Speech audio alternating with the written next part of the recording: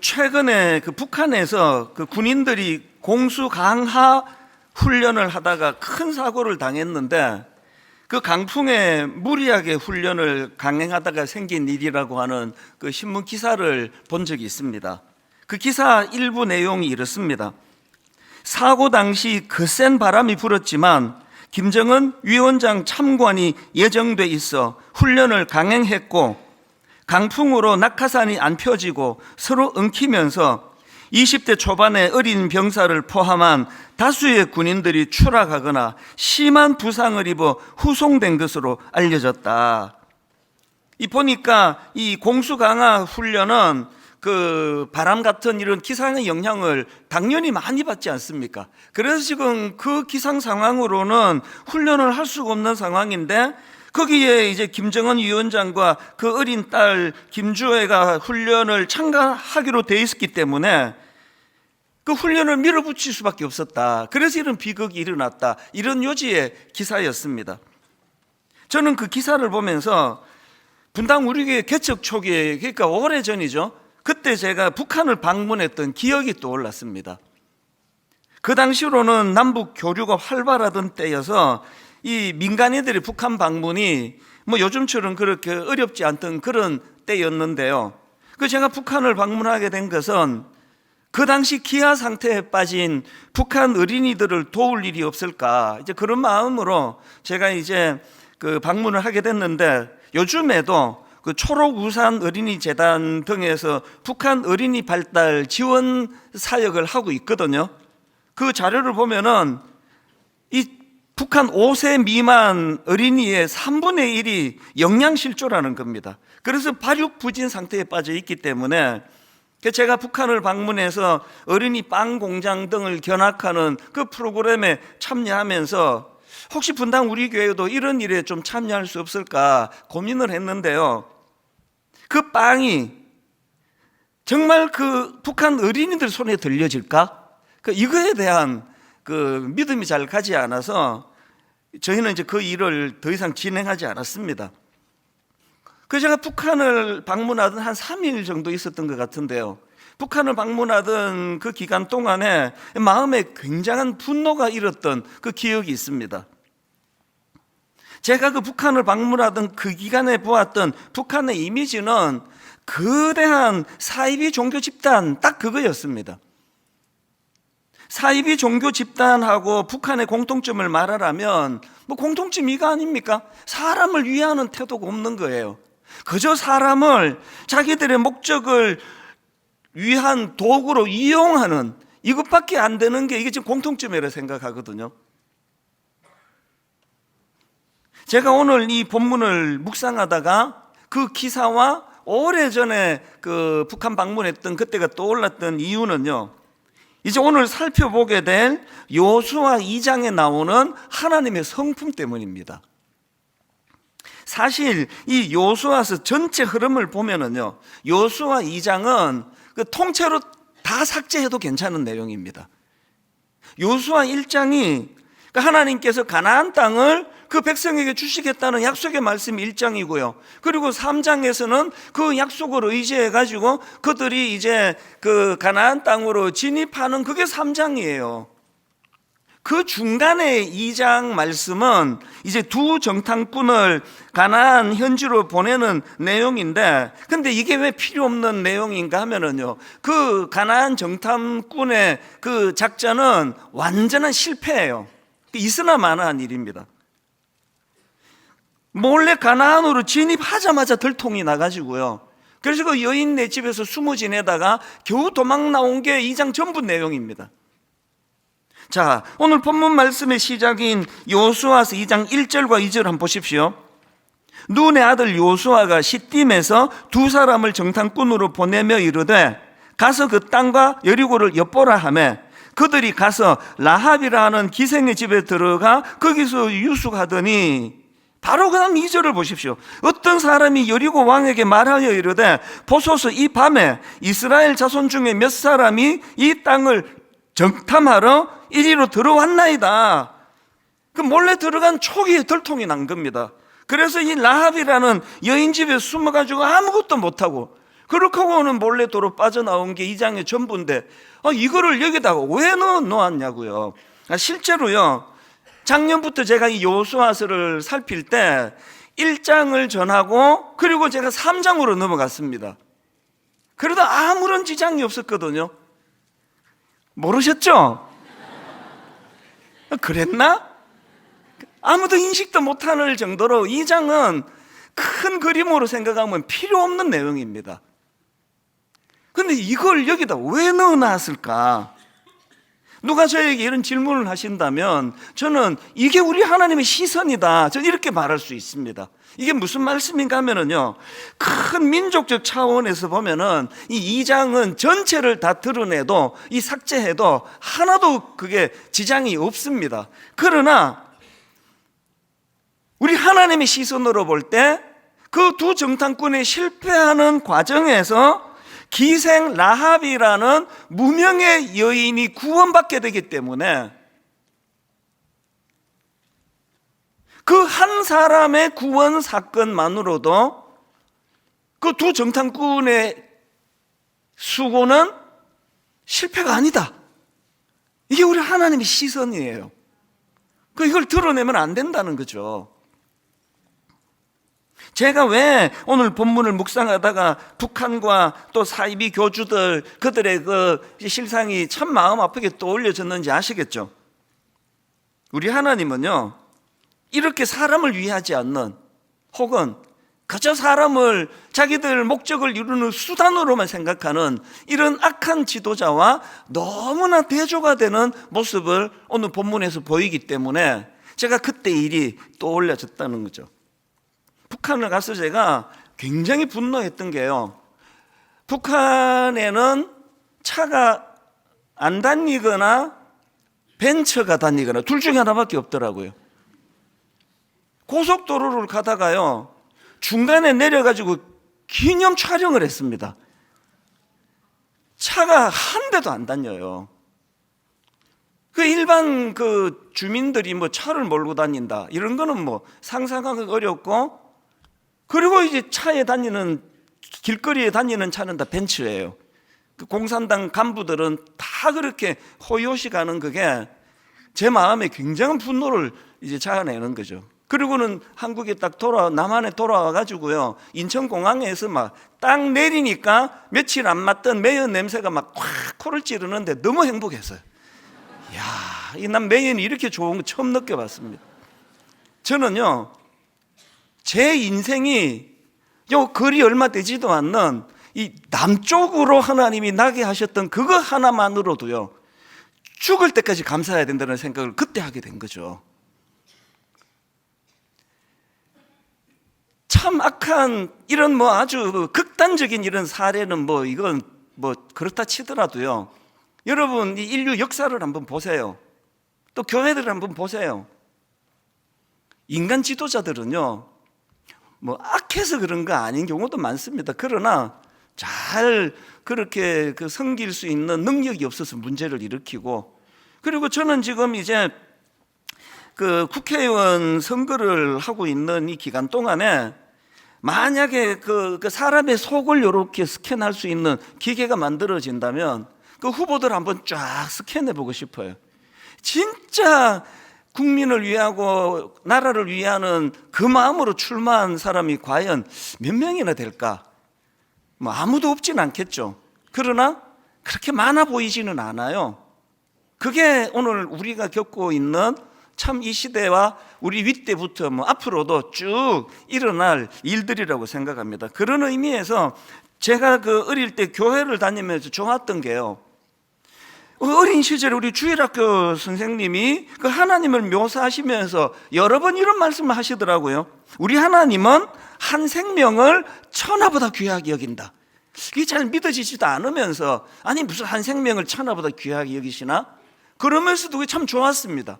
왜냐하면 참 가난하게 자라고 학교 가면 그저 평범하게 묻혀버렸던 그게 전데요, 하나님이 나 같은 것도 굉장히 또 소중히 여기신다고 하시니까 그게 참 좋았습니다. 그리고 이게 교회인 것 같아요. 예전에 나온 영화 중에 그 쉰들러 리스트라고 기억하실 텐데요. 저는 청소년 사회 갈 때 우리 교사들 전부 그 영화를 이제 단체 관람을 했는데요. 2차 대전 당시에 그 나치 독일의 만행으로 수많은 유대인들이 학살되지 않았습니까? 그런데 이 독일의 사업가였던 주인공이 자기 재산, 공장 전부를 다 바쳐가지고 무려 1200여 명의 유대인들을 구하는 그런 내용인데, 제가 감동을 받는 것은 그 영화가 실화를 바탕으로 만들어졌다는 거예요. 그러니까 저는 아직도 그 영화 끝부분에 그 장면을 잊지를 못합니다. 자기가 그렇게 전 재산을 바쳐서 구했던 수많은 유대인들이 자기에게 몰려오는데 이 주인공이 절규를 하는 거죠. 내가 이 차를 팔았더라면 10명은 더 구했을 텐데, 내 이 금배지를 팔았더라면 1명을 더 구할 수 있었는데 그렇게 하지 못했다고 막 흐느껴 우는 그 장면이 뭐 기억에 오류가 있어가지고 또 너무 제가 이거를 또 크게 지금 느끼고 있는지는 몰라도, 저는 그때 청소년 사역을 같이 시작하던 때이기 때문에 참 많이 울었던 기억이 나요. 그 전쟁이 끝나고 자기가 구해줬던 수많은 유대인들이요, 그 유대인들이 눈물겨워요. 그 금리를 다 뽑아가지고 그걸 녹여서 반지를 만들어 선물하는데요, 그 반지에 탈무드의 글귀를 새겨서 줬답니다. 하나의 생명을 구하는 사람은 세상을 구하는 자다. 오늘 저와 여러분들이 뭐 제가 국회의원이 된다 해도 마찬가지 거고, 여러분이 그런 지도자가 된다고 해도 마찬가지 거고요. 우리는요, 그 하나님의 성품을 담기에는 너무 많은 죄성을 가지고 있습니다. 왜 교회가 이렇게 많은 상처를 주고받는 이런 가슴 아픈 공동체가 될 수밖에 없습니까? 우리는 교회에서 인간 목사에게 너무 많은 것을 기대하는 순간 그게 다 상처예요. 기대를 하지 않는 거죠. 인간 다 그렇다. 그래서 우리가 늘 하나님 앞에서 이제 내 인생의 참 통치자는 정치가도 아니고 교회 목사도 아니고, 내 인생의 참 통치자는 예수 그리스도, 나 위하여 십자가 그 자리까지 가신 희생의 리더십, 그분이 내 인생의 주인이 되신다. 이것을 늘 마음으로 우리가 담고 또 상기해야 되고요. 그리고 또 한 가지가 있다면, 그런 은혜를 받고 변화된 사람답게 우리도 그 하나님의 성품을 담게 해달라고 기도해야 됩니다. 저 같은 그 담임 목사는 사실 이게 뭐 목숨 걸고 해야 되는 기도라고 생각하거든요. 저 안에는 그런 성품이 없으니까 주님 마음 내 안에 주시기를 원합니다. 그렇게 해야 목회가 겨우겨우 이제 그 뭐 신용이라도 그렇게 하게 되니까요. 이런 점에서 저는 오늘 본문에서 발견할 수 있는 교훈을 가지고 질문 2가지를 만들었는데요, 예수 믿는 우리는 이 2 질문을 자꾸 되뇌어야 된다고 생각합니다. 이 2가지 질문 중에 첫 번째 질문이 이겁니다. 나는 한 사람의 소중함을 자각하고 있는가? 왜 이 질문을 해야 됩니까? 이게 우리가 닮아야 될 주님의 성품이기 때문에 그렇습니다. 요한복음 4장에 보면은 예수님께서 상처 많은 수가성 여인의 상처를 치료해 주시는 내용인 유명한 내용이 나오는데요, 사실 뭐 그 내용만으로는 뭐 감동이 되지만요, 그건 뭐 꼭 예수님만이 하실 수 있는 일은 아니에요. 우리 같은 이런 타락한 사람들도요, 너무나 어려운 어떤 사람을 우연히 만났다 하면 막 그냥 막 그날 마음이 뜨거워져 가지고 지갑에 있는 현금을 다 내서 주고, 이런 일 우리도 할 수 있습니다. 그런데 이 요한복음 4장은 그런 차원의 우연히 누구를 보고 뭐 적극적으로 지갑에 돈 꺼내주는 이런 사건이 아니고요, 내용을 가만히 한번 들여다보시면요, 거기에 지금 굉장히 깊은 주님의 의도가 담겨 있는 걸 알 수 있습니다. 그 내용을 다루고 있는 요한복음 4장 중에서 3절부터 한번 보십시오. 유대를 떠나서 다시 갈릴리로 가실새, 지금 주님이 그렇게 하시는 겁니다. 유대를 떠나서 다시 갈릴리로 가실새, 그 다음 보세요. 사마리아를 통과하여야 하겠는지라. 사마리아에 있는 수가라 하는 동네에 이르시니, 여기 보면은요, 사마리아에 있는 수가라는 동네에 가정이 산산조각이 나버리고 그 깨진 그 가정으로 인한 상처가 그 한 여인으로 하여금 대인기피증을 가져오게 만들고, 요즘으로 말하면 굉장히 깊은 우울증에 빠져 있는 여인으로 추측이 되는 그 한 여인이 수가에 있는데, 지금 예수님께서 사마리아를 통과하여야 하겠는지라 그분의 강한 의지를 표현하는 거거든요. 이게 왜 차이가 나느냐 하면요, 누가 좀 불쌍한 거 보고 지갑에 있는 돈 다 꺼내주는 일도 아무나 할 수 있는 일은 아니지만, 그러나 지금 예수님의 행위의 결정적인 차이는요, 그 한 초라한 여인을 만나 치료하기 위하여 예수님이 하셔야 되는 일은 어마어마한 대가지불인 겁니다. 대가지불. 왜 그렇습니까? 요한복음 4장 6절입니다. 거기 또 야곱의 우물이 있더라. 예수께서 길 가시다가 피곤하여, 이 예수님 상태를 보세요. 길 가시다가 피곤하여 우물 곁에 그대로 앉으시니 때가 6시쯤 되었더라. 이 6시는요, 요즘 시간으로 말하면 정오예요. 낮 12시입니다. 여러분 다 아시죠? 그 팔레스타인 그 지역은요, 그 뜨거운 햇살이 내리쬐는 정오에 길을 걸을 수 없습니다. 그 열사병으로 죽어요. 근데 왜 이 여자는 아무도 물 기르러 오지 않는 너무 뜨거운 그 날씨에 왜 물을 기르러 갑니까? 대인기피증. 거기가 옛날 우리 여자분들도 그랬잖아요. 그 우물이나 팔레트가 커뮤니티 장소예요. 온갖 소문 이런 거 거기서 다 만들어내고, 자기의 상한 마음 거기서 다 토해내고, 그게 그 마을 커뮤니티 아니냐고요. 이 여인은요, 너무나 상처가 많기 때문에 그곳에 갈 수가 없는 거죠. 수군거림이 늘 자기를 괴롭히기 때문에, 그래서 이제 너무 뜨거워가지고 절대로 사람들이 물 길러러 나오지 않는 그 시간에만 나오기 때문에 예수님이 그 지역을 통과해야만 하는지라는 그 정신으로 보시면 그 대가를 지불해야 될 수밖에 없는 거거든요. 이게 한 생명을 천하보다 귀하게 여기신다는 예수님의 근본 정신, 거기서 나온 거 아닙니까?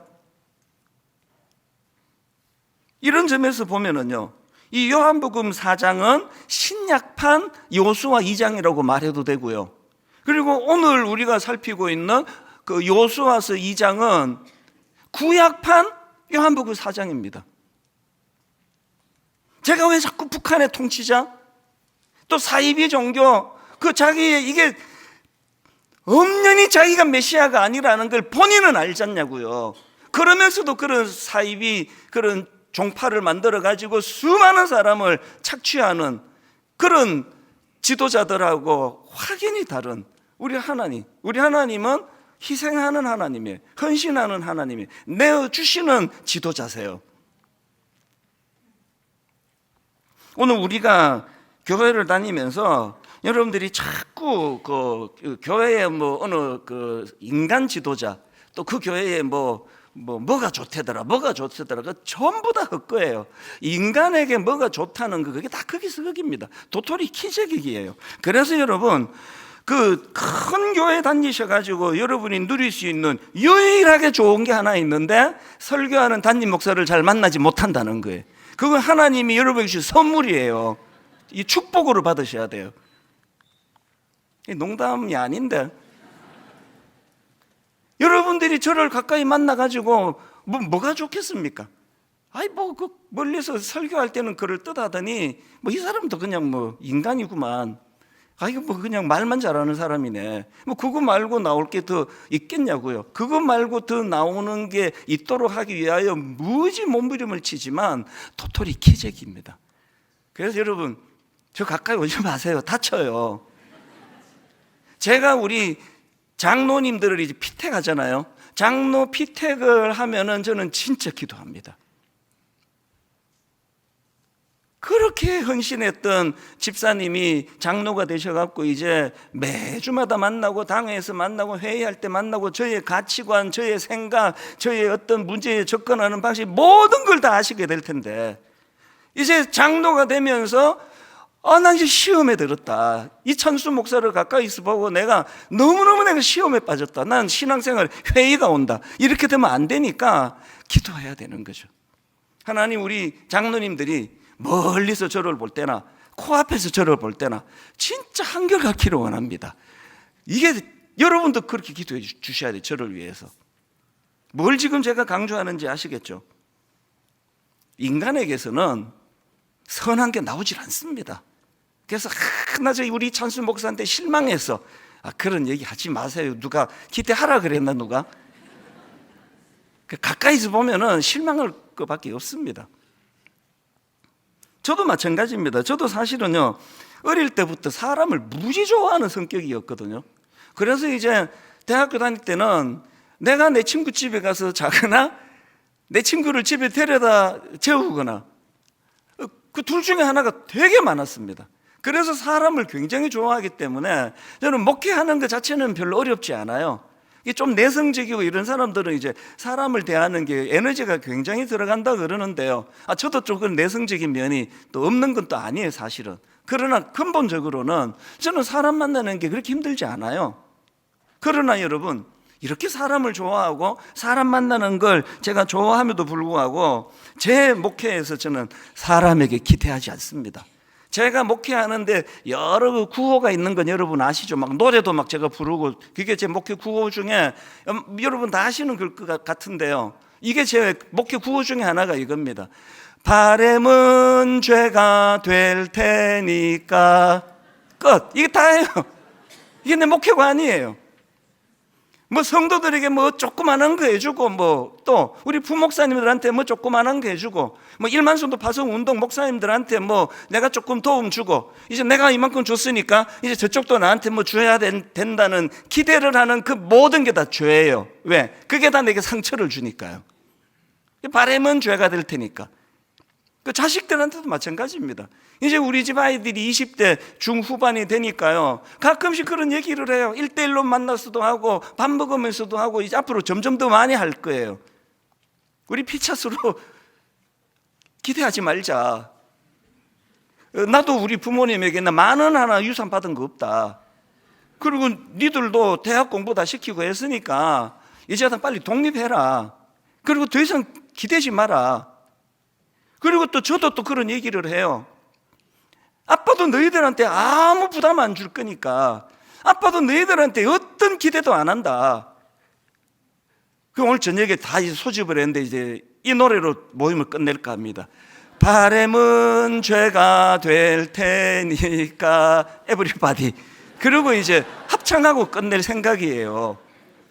이게 약간 이제 제가 좀 그 유머를 담아갖고 한 얘기이긴 하지만 제 근본적인 생각이에요. 과하게 아이들에게 해주지 않을 거예요. 그리고 어떤 것도 기대하지 않을 겁니다. 그게 부모든 그게 자식이든 그게 부부건 바라는 그 모든 건 우리에게 상처를 가져다 줍니다. 올해 들어서 지금 소그룹 다락방이 이제 막 살아나고 있거든요.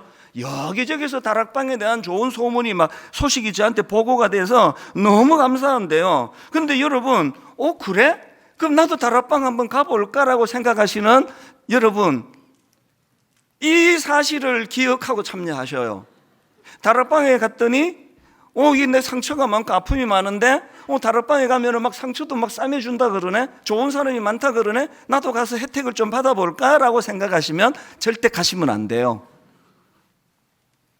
돌아오는 그 상처밖에 없습니다. 다락방은요, 어떤 준비가 된 사람이 가는 사람인가 하면은요, 나는 오늘 본문에 나오는 기생 라합과 같은 존재다.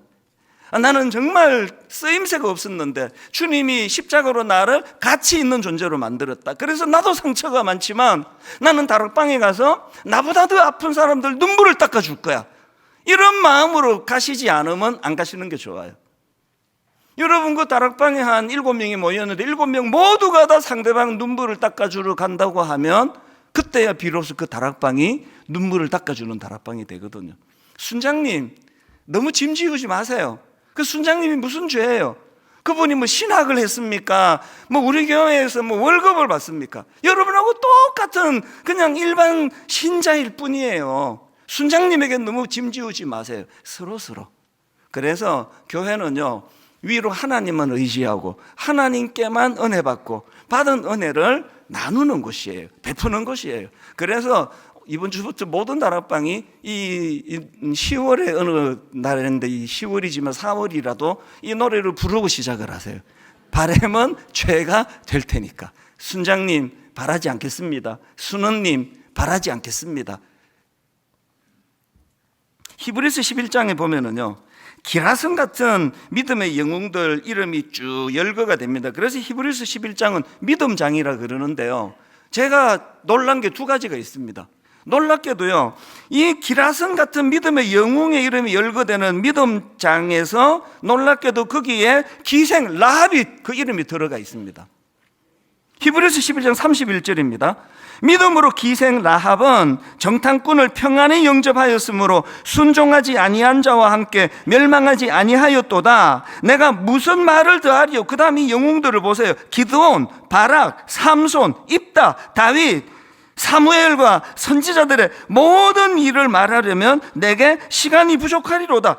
이 어마어마한 믿음의 영웅들 반열에 이 기생 라합의 이름이 들어있어요. 그리고 두 번째로 제가 놀랐던 게요, 요수아의 이름이 없습니다. 이게 막 그냥 분당 우리 교회에서 설치고 다니는 건 다 담임 목사인데 믿음장에 담임 목사 이름은 없고 오늘 지금 처음 예수 믿는 초신자가 이름이 가 있다. 뭐 그렇게 비교를 하면 좀 비슷할까요? 이게 여러분, 요수아보다 라합의 믿음이 더 좋다 이렇게 받으시면 안 되고요. 여기에서 제가 감동을 받는 건 여러분, 그 기생 라합의 믿음이 좋으면 얼마나 좋겠냐고요. 그런데 하나님은 그 초라하고 보잘것없는 한 여인의 믿음이라 할지라도 그 상황에서 그가 보인 그 태도를 절대로 이게 시시한 거라고, 별거 아니라고, 담임 목사가 막 수만 명 앞에서 설교하는 이것만 귀하고 아무도 보는 일이 없는 데서 그 초신자 한 사람이 그 복도에 떨어져 있는 쓰레기 하나 줍는 이 일은 하찮은 거라고 판단하는 분이 아니라는 그 얘기를 하고 싶은 겁니다. 각자의 그 위치에서 너무나 미미하고 너무나 보잘것없는 일이랄지라도 그 하나에도 주목하시는 분이 우리의 지도자, 우리의 통치자 하나님이시라는 겁니다. 그래서 저는 분당 우리 교회가 절대로 건강하고 좋은 교회라고 생각하지 않는 건요, 한 영혼 한 영혼을 집중할 수 없는 교회이기 때문이에요. 저는 우리 부목사님들한테 종종 부탁을 합니다. 우리가 그 컴퓨터를 상대하는 집사님이 컴퓨터를 대하는 태도, 또 어떤 기계를 만지는 집사님이 그 기계를 대하는 태도로 성도들을 대하면 안 된다. 왜냐하면 성도들은 컴퓨터가 아니고 기계가 아니고 하나님의 형상을 닮은 인격체이기 때문에 그렇다. 아침부터 저녁까지 뭐 한 10가정 신방하고 오늘 내가 10건 해치웠다, 농담으로도 그런 말하면 안 된다. 한 인격 한 인격을 하나님 앞에서 섬겨야 된다. 그런 이야기들을 가끔씩 제가 부탁을 하거든요. 여러분, 우리가 자꾸 질문하셔야 됩니다. 나는 하나님이 그렇게 보여주셨던 것처럼 한 사람의 소중함을 나는 인식하고 있는가? 이게 첫 번째 질문이고요. 두 번째 질문이 이겁니다. 그 한 사람의 영향력이 여러 사람에게로 흘러가고 있나? 자기를 점검해야 돼요. 이게 무슨 말인가 하면은요, 요수아 2장 12절을 보니까 기생 라합을 한번 보세요. 그가 이런 말을 합니다. 그러므로 이제 청하노니 내가 너희를 선대하였은즉 너희도 내 아버지의 집을 선대하도록 여호와로 내게 맹세하고 내게 정표를 내라. 그리고 나의 부모와 나의 남녀 형제와 그들에게 속한 모든 사람을 살려주어 우리 목숨을 죽음에서 건져내라. 제가 왜 이 말씀을 주목하는가 하면은요, 이 라합이 우리말로는 좀 순화시켜가지고 점잖게 표현해서 기생 라합이라고 했는데요, 원어에 가깝게 번역하면 이렇게 번역하면 안 됩니다. 창녀예요. 창녀, 몸을 파는 여자예요. 창녀 라합이에요. 그러니까 이 라합은요, 상상할 수 있잖아요. 그 몸을 팔아 생계를 이어가던 손가락질 받는 그 딸이고 또 누이고 형제였기 때문에 이 라합은 자기 부모와 가족들과 주변 사람들에게 어떤 선한 영향력도 행사할 수 없던 사람 아닙니까? 그랬던 그가 살아계신 하나님을 만나고 가장 많은 변화가 일어났던 것이 처음일 거예요. 자기 가족들에게 선한 영향력을 행사하게 됐다는 거예요. 이 라합의 삶이 얼마나 가치 있는 존재로 변화되었냐면 제가 또 놀란 겁니다. 여러분, 마태복음 1장에 보면은 거기에 메시아의 계보, 족보가 쭉 열거되는데 놀랍게도 이 라합이요, 메시아의 족보에 그 이름이 올라가 있습니다. 몸을 팔아 살아가던 무가치한 여자라고 손가락질 받던 라합이 하나님의 큰 구속사에 그 일에 동참하는 여인이 됐다는 사실입니다. 오늘 한국 교회의 가슴 아픈 문제가 뭡니까? 첫 번째 단계는 내가 먼저 은혜 받는 거잖아요. 자격 없는 나 같은 걸 구원해 주신 하나님, 이 감격은 우리에게 있는지 모르는데 그 가치 있는 존재가 된 우리 삶에서 그것이 흘러가지를 않잖아요. 제가 이번 이 말씀을 준비하면서 그 병행해서 떠오르는 성경 구절이 여럿 있었는데, 예를 들면 이런 겁니다. 이사야 60장 21절 22절에 보면은 이사야가 이제 오실 메시아에 대해 예언하면서 이런 예언을 합니다. 내 백성이 다 의롭게 되어 영원히 땅을 차지하리니 그들은 내가 심은 가지요 내가 손으로 만든 것으로서 나의 영광을 나타낼 것인즉 그 작은 자가 천명을 이루겠고 그 약한 자가 강국을 이룰 것이라. 때가 되면 나 여호와가 속히 이루리라. 무슨 지금 예언을 선포하고 있는지 아시겠습니까? 예수 그리스도가 이 땅에 오셔서 그분의 십자가를 통하여 구원받고 변화받고 그 인생이 가치가 있는 인생으로 바뀐 사람들은 어떻게 변한다고요? 그 작은 자가 천을 이루겠고 그 약한 자가 강국을 이룰 것이라. 아무리 작은 자라고 할지라도 그 가장 작은 자가 천을 이루고 가장 약한 자가 강한 나라를 이룰 것이다. 한국교회가 지금 여기서 지금 빨리 회복해야 될 가슴 아픈 실패가 이거 아니냐고요. 상가에 한 10명 모이는 참 겉으로 보기에 작고 초라한 교회를 할지라도 거기에 십자가가 그 중심에 있다고 한다면 그 작은 자가 천을 이루겠고 가장 약한 자라도 강한 나라를 이룰 것이라는 이런 긍지가 교회 안에 묻어나지 않는 게 현실이라는 거 아니냐고요. 그래서 우리가 이 질문을 대내는 거죠. 라합처럼 아무런 영향력을 행사할 수 없었던 우리가 예수 그리스도를 만남으로 나는 어떤 선한 영향력을 흘려보내고 있는가? 그리고 제가 또 묵상했던 성경 구절이 하나 더 있는데요. 예레미야 5장 1절입니다. 너희는 예루살렘 거리로 빨리 다니며 그 넓은 거리에서 찾아보고 알라. 너희가 만일 정의를 행하며 진리를 구하는 자를 한 사람이라도 찾으면 내가 이 성읍을 용서하리라. 내가 이런 상상을 해봤습니다. 지금 이제 이 대한민국이 타락해서 지금 망하게 생겼어요. 그래서 하나님이 급히 지금 예레미야 5장 1절처럼 이 천사를 지금 보냈습니다. 어디로 가야 됩니까? 그 한 사람 찾으려면. 정의를 행하고 진리를 구하는 자, 그 한 사람 찾으려면 어디로 가야 되느냐고요. 교회로 가야 되는 거 아닙니까? 천사가 아무 교회라도 들어가도, 그리고 지금 여기 왔다고 치자고요. 여기 왔는데 보자, 정의를 행하고 또 공의를 진리를 구하는 사람이 누군가 보자. 이러면 안 되잖아요. 그냥 아무나 쿡 찌르면 이 사람이 그 한 사람이다. 여기도 있네. 저기도 있네. 그래야 되는 거 아닙니까? 아니, 진짜 한번 생각해 보세요. 그래야 되는 거 아니냐고요. 이게 지금 현실입니까? 여러분 지금 마음으로 정말 천사가 지금 정말 정의를 행하고 진리를 구하는 그 한 사람을 지금 찾고 있다면 하나님이 나 찾으시겠네? 이런 긍지가 있으세요? 흘려보내는 게 없잖아요. 여러분, 고인은 모든 것은 다 썩는데요, 영양가 있는 게 썩을수록 냄새가 더 진동을 해요. 물 잘 썩지도 않을 뿐더러 냄새 그렇게 많이 안 나는 걸로 압니다. 우유 한번 썩어보세요. 냄새가 그 냄새가 어떻게 감당이 안 되는 겁니다. 고이면 다 썩어요. 흘려보내야 돼요. 선한 영향력을 흘려보내야 돼요. 예전에는 내가 기생 라합 같은 존재였습니다. 이제는 하나님이 가치 있는 존재로 만들었기 때문에 내 부모에게, 내 형제에게, 내 주변 사람들에게 내 선한 영향력을 흘러보내야 돼요. 다락방은 상처 치유받으러 가는 곳이 아니고, 그럼에도 불구하고 나보다 더 약한 그 누구를 위하여 그 눈물 닦아주러 내 선한 영향력을 흘려보내러 가는 곳이 다락방이라고 말씀드리지 않습니까? 여러분, 2주 전 설교를 어떻게 들으셨는지 모르지만 저는 지금 그 2주 전 설교가 하나님이 저에게 주신 말로 다 할 수 없는 지혜의 선물이에요. 드림센터 사회화는 이거 10년 전에 해놓고는 지금까지 저는 진짜 죽는 줄 알았습니다. 이게 뭐 이래도 안 되고 저래도 안 되고 이러려니까 이게 문제고, 또 이게 뭐 기증하려고 보니까 이게 또 무슨 무슨 세금 문제가 또 이렇게 복잡하네요.